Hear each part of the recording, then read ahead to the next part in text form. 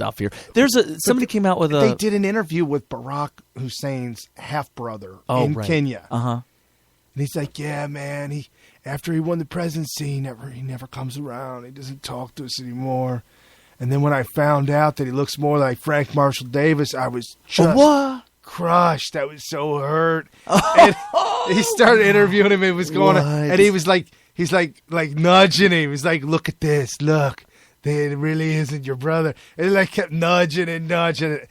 The guy fell for it, hook, line, and sinker, and said, "I can." The interviewer? No, the Barack's half brother. He's like, I believe it now. I see it. That he's Frank Marshall Davis' his son. He's not boy. my half brother.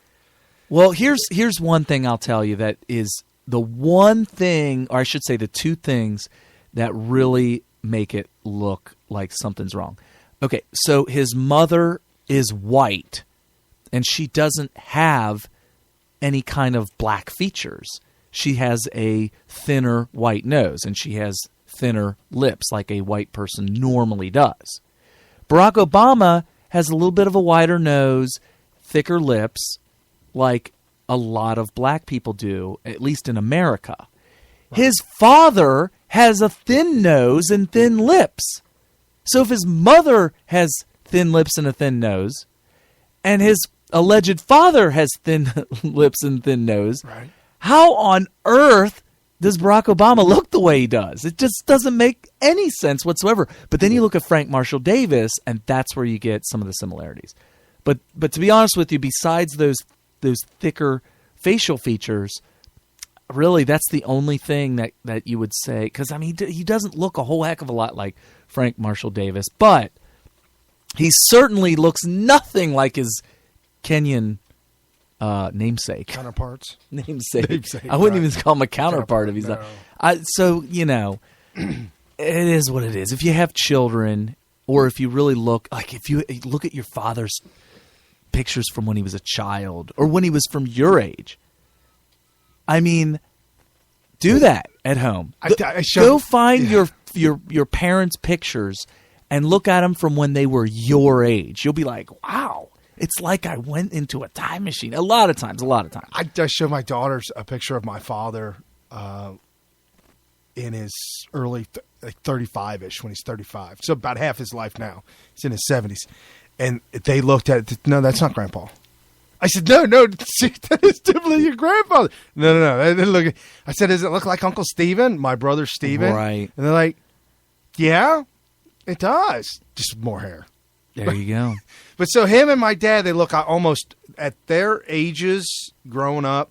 If you take a picture of my brother and my dad saw side a picture by side. of your dad when he was about 5. Yeah. And I swore that was Steven, except it was black and white. Right. And I was like, why did they have a black and white picture of Steven when he was a kid? No, that was your dad, so whatever. So Super Tuesday, yeah, come and gone, and oh boy, the whole thing gets muddied a little bit. Before all of these primaries happened, before any of them happened, it just looked like it was going to be a 50-state, maybe 49-state sweep for Trump. Correct. Well, it just isn't happening, but that doesn't mean that Trump's losing. He's still leading. Right. Well, they want you to get they just love to give you the feel of sour grapes. They love it more than anything. That is the media or the GOP. However, Super Tuesday was very, very kind to Trump. There's no question about that. Not as kind as I thought it was going to be. The media reported that it was a huge win for Cruz because he won 3 states.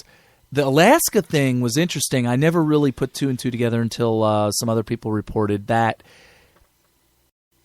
Sarah Palin endorsed Trump a little while ago, and she looked terrible doing it. Her speech was painful to watch, really painful, and you could see the pain on Trump's face as he stood behind her.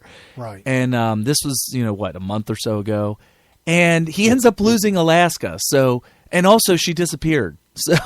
So pretty much, what happened to her? Oh, I'm sure Trump said, "Look, don't call us; we'll call you."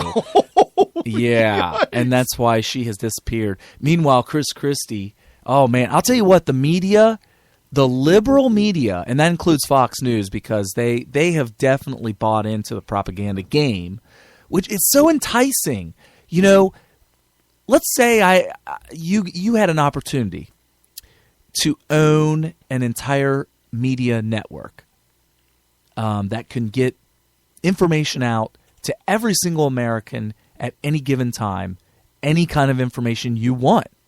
Right. It's just so tempting to use it as a tool of propaganda, because, you know, it's not good enough to just be a trusted name in news. It's just so tempting for people to want to push their own agenda, their own ideology. And so the people at the top of all news networks, they just can't help it. They say, you know what, we gotta push this agenda. That's propaganda. So what they did, what they're doing with the Super Tuesday thing is to report that it's huge wins for Cruz because of the 3 states that he won. But 7 states went for Trump. Right. And we're talking Alaska, which is almost completely negligible in the elections because of their delegate count. And the Texas thing is bad for Trump because there are a lot of delegates, and he lost pretty big. It was 155 delegates, and I believe he walked away with 40 or 50, which isn't good for how many delegates. And then Cruz walked away with 100 and some change. He closes a lot of ground with that. Rubio with Texas. did. Rubio won. He's got his first win under his belt. Minnesota. Minnesota. Which, by the way, has the largest Somali refugee population. What is that? Well, the government said, hey, let's try something out. Let's just make giant cities full of nothing but African Muslims. Wow. And they are here to stay, right, because none of them are illegal immigrants. They're actual refugees. So they're here to stay. Right. And were some of them responsible for some terrorism? I can't remember. But if so, sorry, I couldn't report accurately. If not, sorry for throwing them under the bus. Throwing you under. Yeah, I threw them under the bus. But okay, so but we do have domestic terrorists that are not from America who have killed American citizens in terrorist attacks who have refugee status. Right. That's what happened with the Boston Marathon, and I believe, isn't that the what happened there in California too? Yeah, San Bernardino. Yeah. So anyway, I digress. So that's Minnesota. For some reason, I heard that Marco Rubio spent an unusual amount of time there. I think he saw that there was a chance he could win it, so he just went up there and said, let's win this thing. It just went nuts on the ground. I don't get that. Okay. Well, it's either that or lose everything. Right. Well, he's claiming he will not leave this this race. He's not leaving the race. Right. So right now, there's okay. So Super Tuesday came and went. Delegates were divvied up. Trump did win the overall number of delegates. However, Cruz was really close behind. There was 4 states that delegates were divvied up. There was an election of 4 different states yesterday, and I was shocked because Kansas, the state of Kansas, Trump, according to the polls, was leading really, really beyond the margin of error, but around 8, but 10 plus. We had that really bad debate right before it. That debate was awful. Right. Awful. And Trump, what I was hoping Trump did, because it looked like Trump was just going to keep plodding forward and winning primaries and just eventually secure the nomination with 1,237 delegates.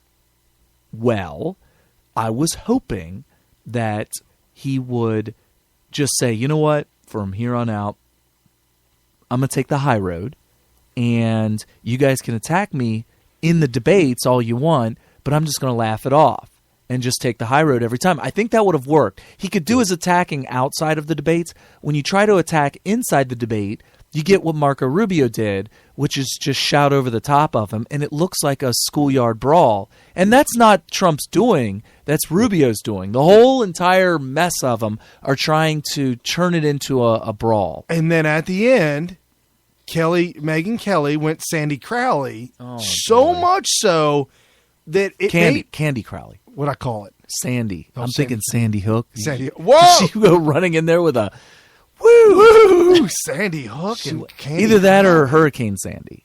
Okay, because she was like a hurricane. So Candy Crowley, Megyn Kelly went Candy Crowley so bad that it may now be referred to as going Megyn Kelly on somebody. I'm not buying it. It's going to have to be Sandy Crowley forever. Sandy? I mean Candy Crowley. What you got me doing? Well, okay, it might be her forever. However, because that was Megyn that was egregious. Megyn Kelly literally stepped in and said, Rubio, back down.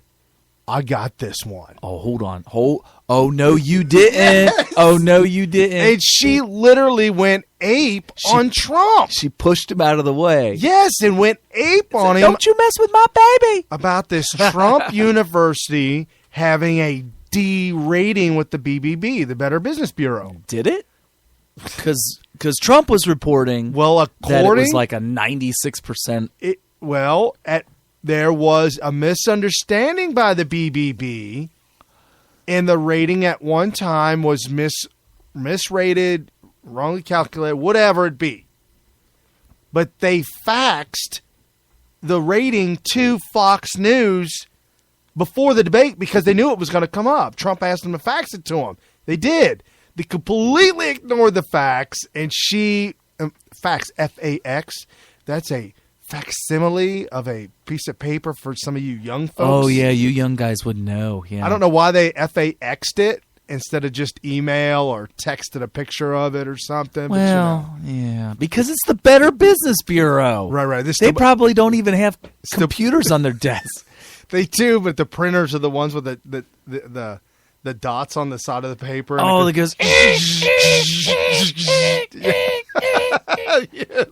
For those of you over the age of like 38, you might remember those. Or if you go to an O'Reilly's auto parts store. Don't tell me. Yes, sir. They print your receipt off with that machine. That can't be true. Go to one that over there on Coleraine. I'm telling you. and they'll fold it in half, and they rip the two sides off them. They give you one sheet, and they keep one sheet. Don't tell me it's a carbon copy. Yes, they have carbon. Come on, but it's not actual carbon because they have residue on each paper now. They got a little high tech with it. Okay, all right. Wow, but it does the ball. So you get to keep the pink copy for yourself. Correct. Anywho, so Trump University does have an A rating with the BBB. Megyn Kelly wasn't going to let Trump get away with that, and it was a D according to her and Rubio, DDD. Apparently back in the day, Trump got together with some investors and put together something called Trump University. And people were led to believe at whatever time you're going to meet Trump, you're going to be counseled by people in real estate that were counseled by Trump. Or handpicked by Trump. Handpicked by Trump, however it be. I'm just here to tell you right now, I've been involved in ordeals like that, and yes, they are never what they're supposed to be, but that's the sale. I'm not going to defend Trump on it. I might even criticize him on it and say, man, you don't want to go down that road because those things... sour grapes. They don't really work too well. Like the knuckleheads coming around. As seen on A&E, build this house. We're coming to your town. Be counseled by Ted and Fred. The great TV show on A&E. Okay, I went to it. It was $300 to get in. What? And then I did it when I was out in L.A. when the show was big in L.A. And once you get in, it's a 3-day course. During that 3-day course, they say they give you enough information to warrant the $300. At the end of the third day, they start to ask people, if you're ready, come out in the hallway to one of our counselors. hook you up. You know what this sounds like? It sounds like if you've ever been attempted to be sold a timeshare. No, this is exactly a timeshare. And you could call